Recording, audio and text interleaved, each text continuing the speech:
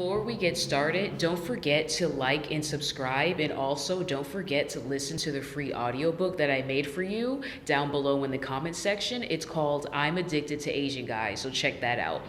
A pro-gun Parkland shooting survivor had his Harvard admission revoked over racist remarks, according to BuzzFeed. Kyle Kashuv had repeatedly used the N-word in Google Docs in the months before the shooting at Marjory Stoneman Douglas High School, screenshots revealed. This article is by Julia Reinstein. A pro-gun teen who survived the Marjory Stoneman Douglas High School shooting in Parkland, Florida, said Monday that his Harvard University acceptance had been rescinded after screenshots circulated showing he repeatedly used racist slurs. Kyle Kashuv, 18, apologized in May after screenshots surfaced showing his repeated use of the N-word in a Google Docs document a few months before the deadly shooting at his school. According to the screenshots, which were obtained by HuffPost, Kashuv typed in the shared document that was being used for a class study guide that he was really good at typing the N-word. Okay, like practice, makes perfect. In text messages with a former friend, Kashuv also reportedly referenced a female classmate by saying, "She goes for N-word jocks." Here you can actually see this is the screenshot. I'm not going to say everything because it's very inappropriate, but it says, can I get a side of that blank sauce, please? I'll pay extra, yada yeet, okay? Jack, F my ASS now. Now B, where are you? Get in the effing moped and drive. Wow. B word, N word, N word, N word, N word, N word, N word, N word, N word, N word, N word, N word, N word. Like I'm really good at typing N word. Okay, like practice. Makes perfect, son. Y'all, this is what Harvard rescinded Kyle Kashuv's admission for. I was only 16. Raise your hand if you knew not to be racist when you were 16. That was a very good point. Kashuv apologized for the remarks last month, saying in a statement that he's grown in an incredibly drastic way since the shooting, and he's embarrassed by the petty, flippant kid represented in those screenshots. We were 16-year-olds making idiotic comments using callous and inflammatory language in an effort to be as extreme and shocking as possible, he said in May. I'm embarrassed by it, but I want to be clear that the comments I made are not indicative of who I am or who I've become in the years since.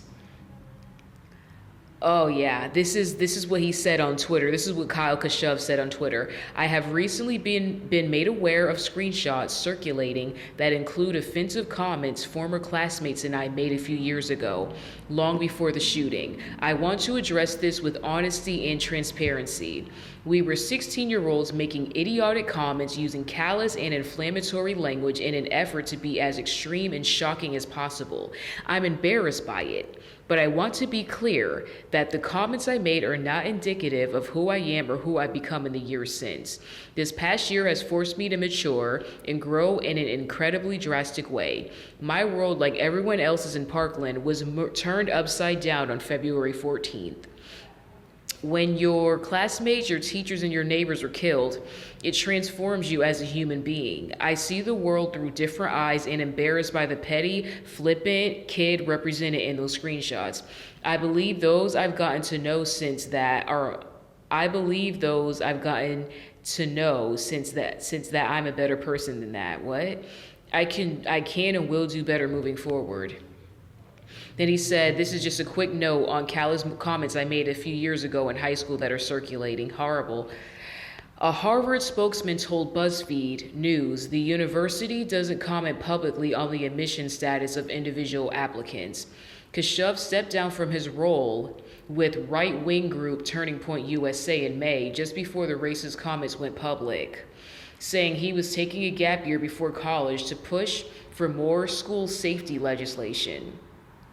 The group, which has been involved in its fair share of racist incidents, did not immediately respond to a request for comment.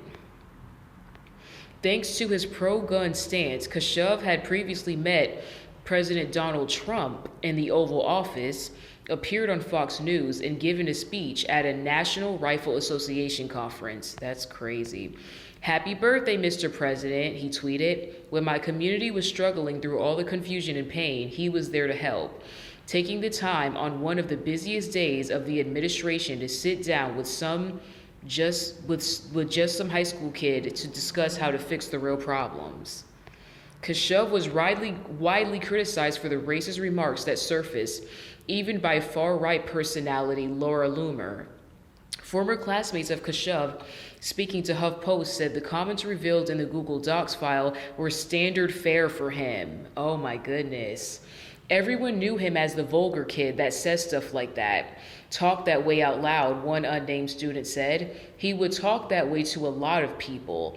I don't think he was trying to hide it or anything. I don't think he was scared.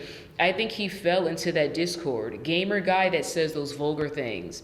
I honestly think, yeah, he's racist against black people, another said. On Monday, he announced that his Harvard acceptance had been officially rescinded. Oh yeah, here it is. Kyle is actually, this is a tweet of him admitting to the Harvard rescinding him. It says, Harvard rescinded my acceptance.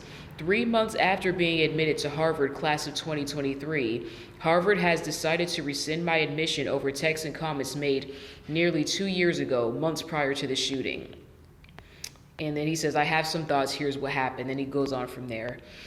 Kashuv said that former peers and political opponents began contacting Harvard, urging them to rescind me after the screenshots went public, at which point university officials contacted him requesting a written explanation, saying they reserve the right to withdraw an offer of admission. He responded with an apology and also contacted the school's Office of Diversity Education and Support to seek guidance on how to right this wrong and work with them once I was on campus. Harvard decided to rescind his acceptance and declined Kashuv's request to meet in person to discuss. Wow.